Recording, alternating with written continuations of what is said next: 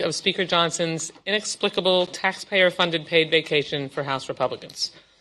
Meanwhile, millions more Americans opened their mailboxes this last week to see health coverage increase premium notices arriving with extremely difficult news.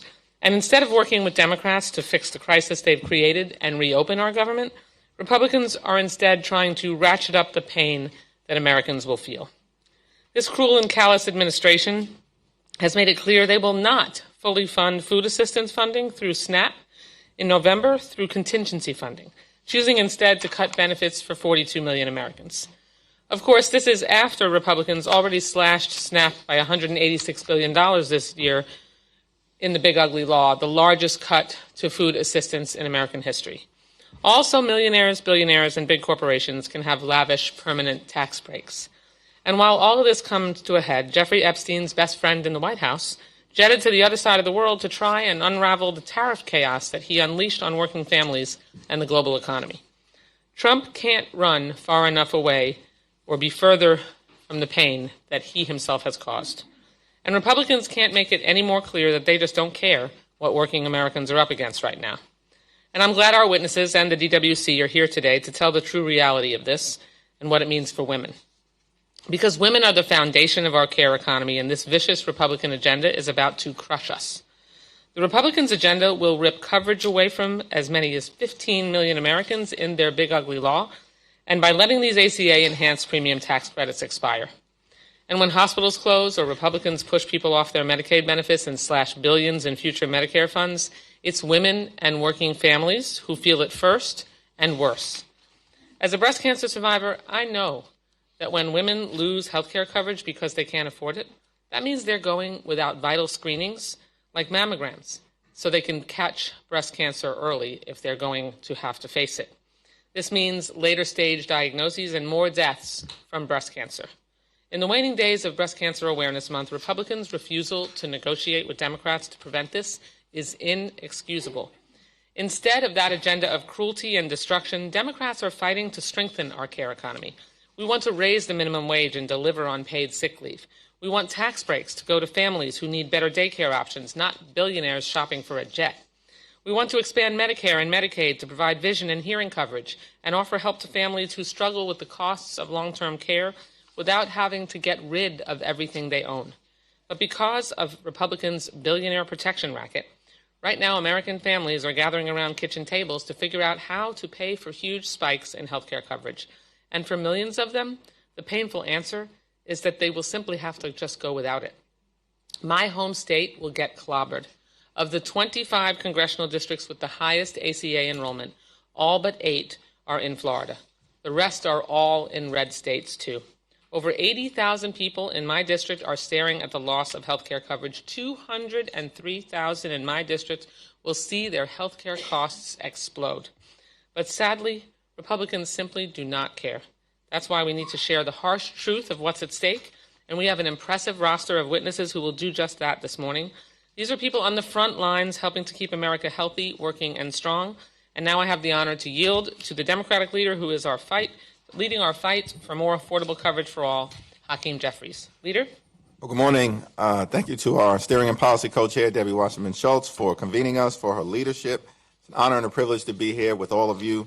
Certainly thankful for Teresa Leger-Fernandez, who chairs the Democratic Women's Caucus, and all of the members of the DWC and the House Democratic Caucus who are here with us today. I'm appreciative of their continued effort, dedication, and resolve in fighting for the people that we are privileged to represent. Certainly grateful for the presence of our witnesses here today: Kristen, Jocelyn, Ijin, Maria, Taylor, Kenya, Brick, and Shauna. An all-star lineup of advocates and powerful voices on behalf of women, children, families, and the American people. We're thankful for your presence here today in sharing your stories about how they and everyone that you represent has been impacted by the national nightmare that Donald Trump and Republicans continue to visit on the American people. Donald Trump and Republicans began this year by promising to lower costs on day one. But costs haven't gone down. They're going up. Inflation is going up. Electricity bills are up. Housing costs are up. Groceries are up. Child care costs are up. The Trump tariffs are costing everyday Americans thousands of dollars in additional expenses per year. And now, in the midst of this full-blown affordability crisis, Republicans are refusing to extend the Affordable Care Act tax credits.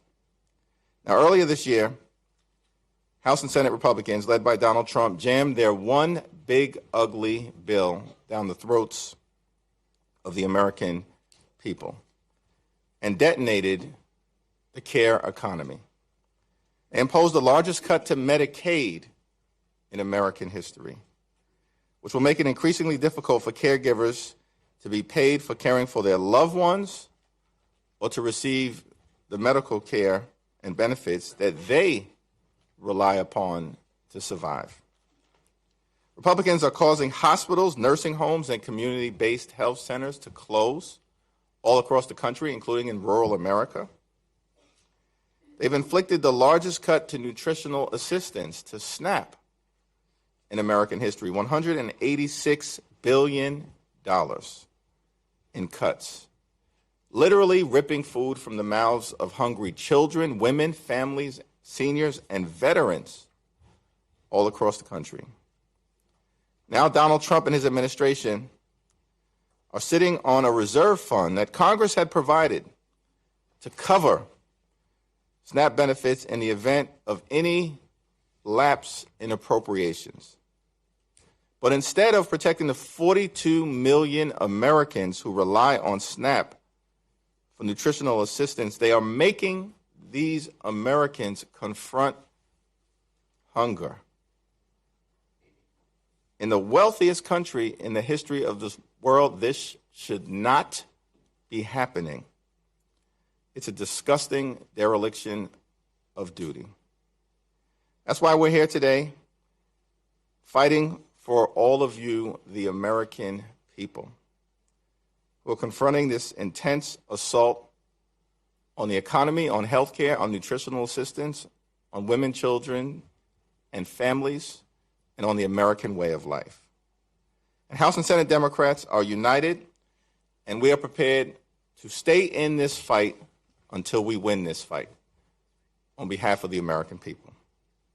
So once again, thank you to our witnesses for your powerful advocacy and for your presence here today and the important testimony that you will provide. It's now my honor to yield to a tremendous champion for women and children and families and everyday Americans in the great state of New Mexico and throughout the country, the chair of the Democratic Women's Caucus, Teresa Leger Fernandez. Thank you, Leader Jeffries. And I join in gratitude to each one of you who are here today and each one of my colleagues and the leadership at the Democratic Caucus, because we are here today because we truly care for the people we represent in our own districts and for every single family and every single corner of the United States of America, regardless of who you happen to have as your congressperson. I get to represent this beautiful rural district in New Mexico, and I also get to be chair of the amazing Democratic Women's Caucus. There are 96 Democratic women in Congress right now that are sworn in. We will have 97, a historic high, when we swear in Adelita Grijalva. And we are so thrilled to be co-hosting this hearing today because the women of this caucus and the men who support us understand that without the caregivers of this world, we couldn't be here today. Women across this country need child care, Head Start, in-home care, and nursing home. Because without them, the duty and obligations to care for those we love would fall mostly on us, the women of America. And we could not go to work. We could not show up here to do our job today and every day in session. And I look out at today's panels and see people who represent and epitomize the most human element of our nature. Caregivers, those who bring tenderness, understanding, and patience to the task of watching our children while we are at work, those who help our loved ones get out of bed, bathe, and take their medications in the home they don't want to and should not have to leave, and then those caregivers who show up every day at nursing homes and memory care facilities and create bonds with their patients that go beyond the manual task at hand. Caregivers who bring stability and friendship to the children with special needs and those with disabilities, and familiarity to Alzheimer's patients. But each of those caregivers also has needs of their own. They have bills, their own children and parents, their own rent to pay and medications to buy. We spend a lot of time rightly and importantly talking about the number of people who will lose access to health care because of the Republicans' decision to prioritize billionaires. But today's hearing will focus on what those cuts mean to the caregivers themselves and those they care for. The reality is that Republicans' cuts to Medicaid and the Affordable Care Act hurt the caregiving economy and the caregiver's ability to pay his or her bills and health insurance costs. Trump and Republicans' cuts threaten both the people that are cared for and those who care for them. When a typical direct care aide earns a median of $25,000 a year, how will they afford health insurance that could go from, for the lowest plan, $27 a month to $130? What about those plans where you might have a larger family? It's going to go from $500 to $2,300. How do you afford that on what the caregivers earn? And if that home health aide or the caregiver gets sick and can't see a doctor and gets sidelined, what happens to the grandmother who needs her to show up, to help her get out of bed, to take her medications? We also know that women are the majority of unpaid caretakers. If a family can't afford home health care, long-term care, or child care, women are the ones who are most likely to leave the workforce to take on that responsibility. This year, over 330,000 women left the workforce. And much of that was because of the lack of care available for their loved ones, whether it was child care or elder care. Earlier this year, I met with two women. Each of them were named Virginia, up in the Taos Health Care Facility, a care facility that's threatened with the Medicaid cuts. Each of the Virginias were so thankful for the opportunity to be at that health care, and they told different stories. And they said at each time, I am sorry and I am worried that if I lose the ability to stay here, my family will take me in and my daughter will leave work. One of the Virginias needs somebody to help her take her seizure medication every day. Another one almost lost her leg because she wasn't taking her diabetes medicine. And these were wonderful Virginias. They were great. We all ended up singing Las Mañanitas to one of them because it was a birthday. And it was wonderful, and to think about what would happen if they weren't get the care they need. So that's why we are here, because we need a focus on both the caregivers and how we need you to be able to do your work, and how these Republican policies will destroy your ability to do the work you need to get done for us. We're all in this together. And Republicans' refusal to even show up is infuriating. In New Mexico, the legislature showed up and on a bipartisan basis passed a law to cover the tax credit cuts. I have written a letter to my Republican colleagues saying you should have the same courage as those Republicans did in New Mexico, but it's only temporary. We need Republicans to show up, to stand up for their voters, to have the same kind of courage they did in New Mexico.